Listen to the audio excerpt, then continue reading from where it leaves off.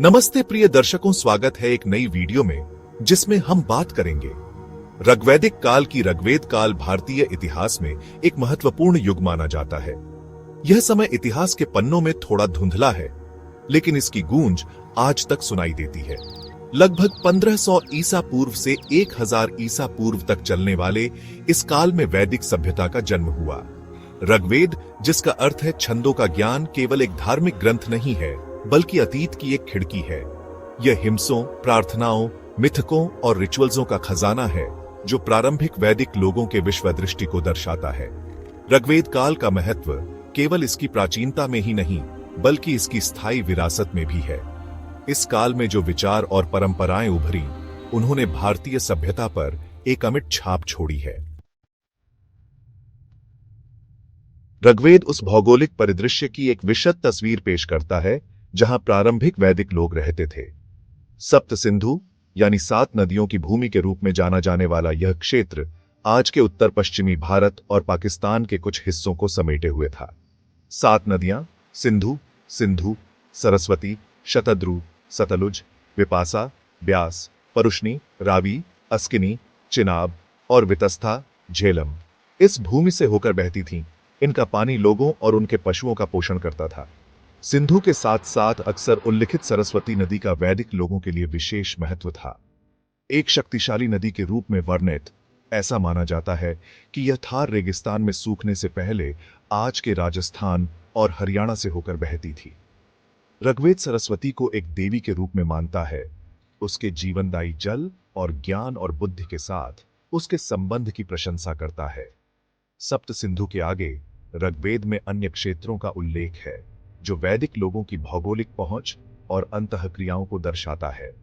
गांधार यानी आज का अफगानिस्तान ऊन और घोड़ों के लिए प्रसिद्ध भूमि के रूप में वर्णित है। सिंधु की सहायक नदियां कुभा, काबुल, क्रुमु, कुर्रम, गोमती, गोमल और सुवास्तु, स्वात का भी उल्लेख है जो इन क्षेत्रों के अंतर संबंध को उजागर करता है। ऋग्वेद काल की भौगोलिक सेटिंग केवल लोगों के जीवन की पृष्ठभूमि नहीं है, यह उनके विश्वासों, प्रथाओं और विश्व दृष्टि में जटिल रूप से बुनी गई है। नदियां, पहाड़ और जंगल केवल भौतिक संस्थाएं नहीं हैं बल्कि पवित्र महत्व से युक्त हैं।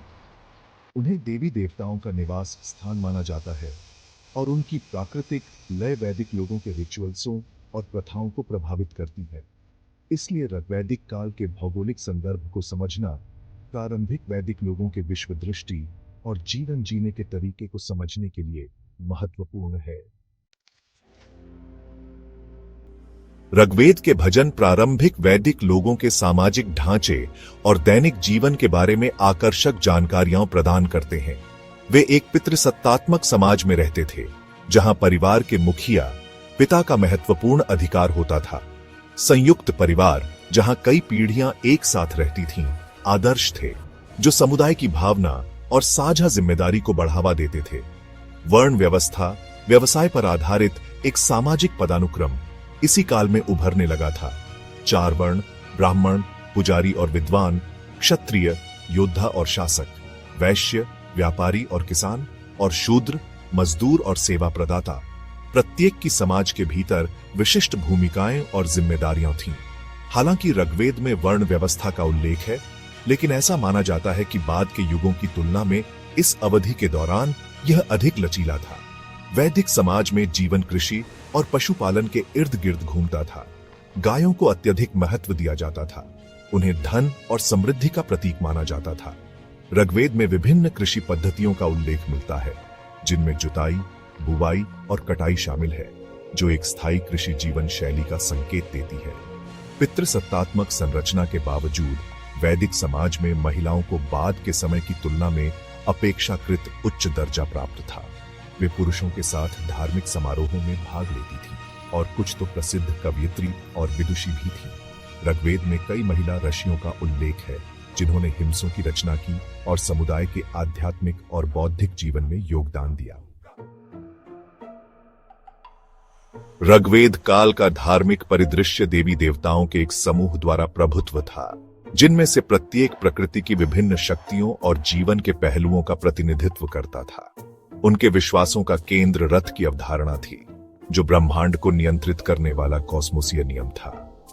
रथ को बनाए रखना मनुष्यों और प्राकृतिक दुनिया की भलाई के लिए महत्वपूर्ण माना जाता था। देवताओं के राजा इंद्र एक प्रमुख देवता थे, जिन्हें अक्सर युद्ध में उनकी ताकत और कौशल के लिए बुलाया जाता था। अग्निदेव, जो अग्नि के देवता थे, मनुष्यों और देवताओं के बीच मध्यस्थ के रूप में एक महत्वपूर्ण भूमिका निभाते थे।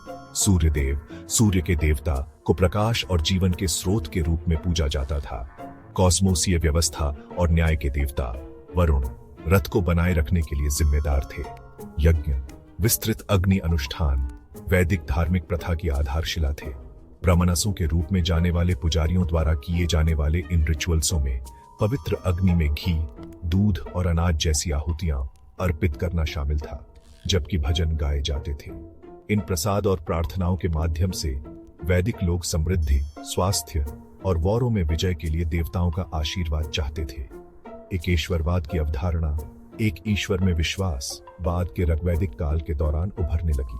प्रजापति, सृष्टिकर्ता और हिरण्यगर्भ, स्वर्णगर्भ जैसे अमूर्त देवताओं को संबोधित भजन दिव्यता की अधिक एकीकृत अवधारणा की ओर एक कदम सुझाते हैं।